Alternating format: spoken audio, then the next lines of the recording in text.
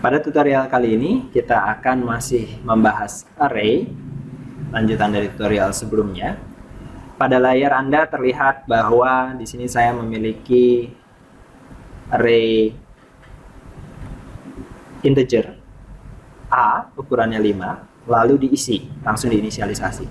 Tapi kalian perhatikan, di sini ada sedikit kesalahan yang disengaja. Ini adalah indeks ke 0, 1, 2, 3, 4, 5.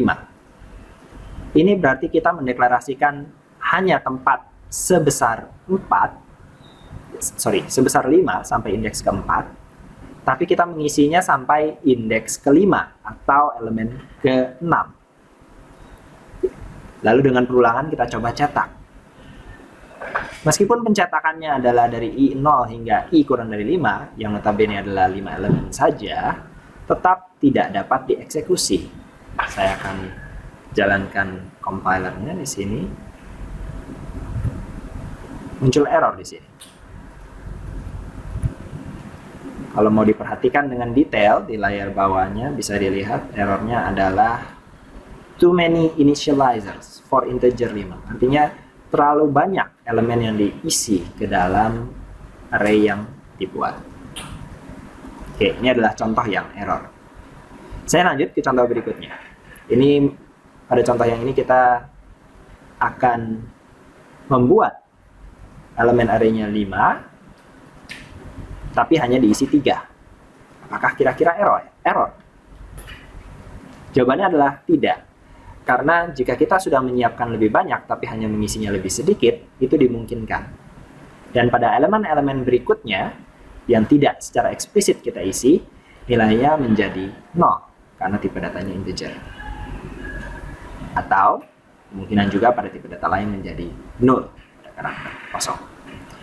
Di sini terlihat integer A, 5. Diisi hanya 7, 3, dan 9. Artinya hanya elemen ke-0, ke-1, dan ke-2.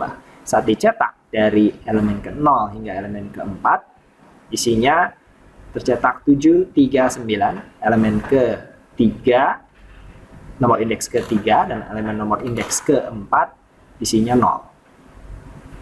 Oke, jadi kesimpulan yang bisa kita tarik adalah jika kita membuat array-nya terlalu sempit, mengisi terlalu banyak, error saat compile.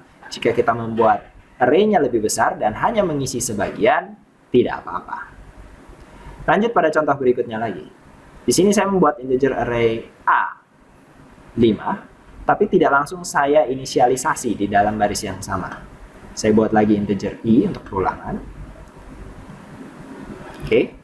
Lalu pada baris ke-5 hingga ke-9 baru satu persatu secara eksplisit menggunakan nomor indeksnya. A ke-0 diisi 7, A ke-1 diisi 3, A ke-2 diisi 9, A ke-3 diisi 15, A ke-4 diisi 12. Baru kemudian dicetak. Ini juga dimungkinkan. Jadi kita boleh saja membuat array-nya, deklarasi, tapi inisialisasinya tidak dijadikan satu, atau pengisiannya belakangan. Ini tidak error. Saat dicetak, kondisinya normal. Nilai 7, 3, 9, 15, dan 12 tercetak layaknya terisi sekaligus langsung dalam inisialisasi satu baris. Pada contoh yang berikutnya lagi, saya membuat programnya untuk meminta inputan. Integer I dan A sebesar 5. Input 5 bilangan, 2 kali ganti baris. Lalu untuk meminta inputan, saya menggunakan perulangan. Untuk I dari 0 hingga I kurang dari 5, artinya sebanyak 4 kali perulangan, dia akan mencetak printf bilangan ke I plus 1. Sehingga di sini yang paling pertama muncul adalah dia akan meminta bilangan pertama untuk I 0. Oke. Tapi yang akan disimpan ke dalam A ke 0. Disimpan ke A0.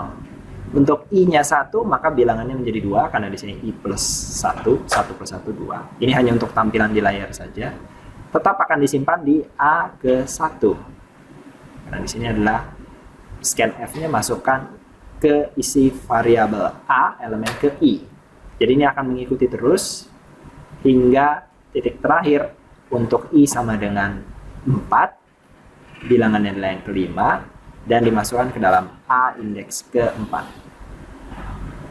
A indeks keempat adalah A elemen kelima. Baru pada bagian baris 11 hingga 13 dicetak kembali.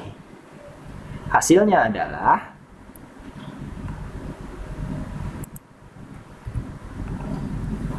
input 5 buah bilangan. Di sini saya akan menginput, misalnya saya input 7, 3, 2, 9, 11.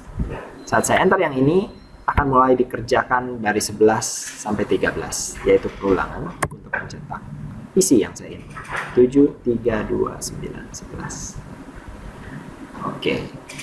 Demikian cara mendeklarasikan array, mengisi array baik secara langsung pada satu baris dengan deklarasi, ataupun secara satu persatu untuk setiap elemen, ataupun menggunakan perulangan yang meminta inputan dari layar. Demikian tutorial kali ini, kita bertemu lagi di tutorial berikutnya.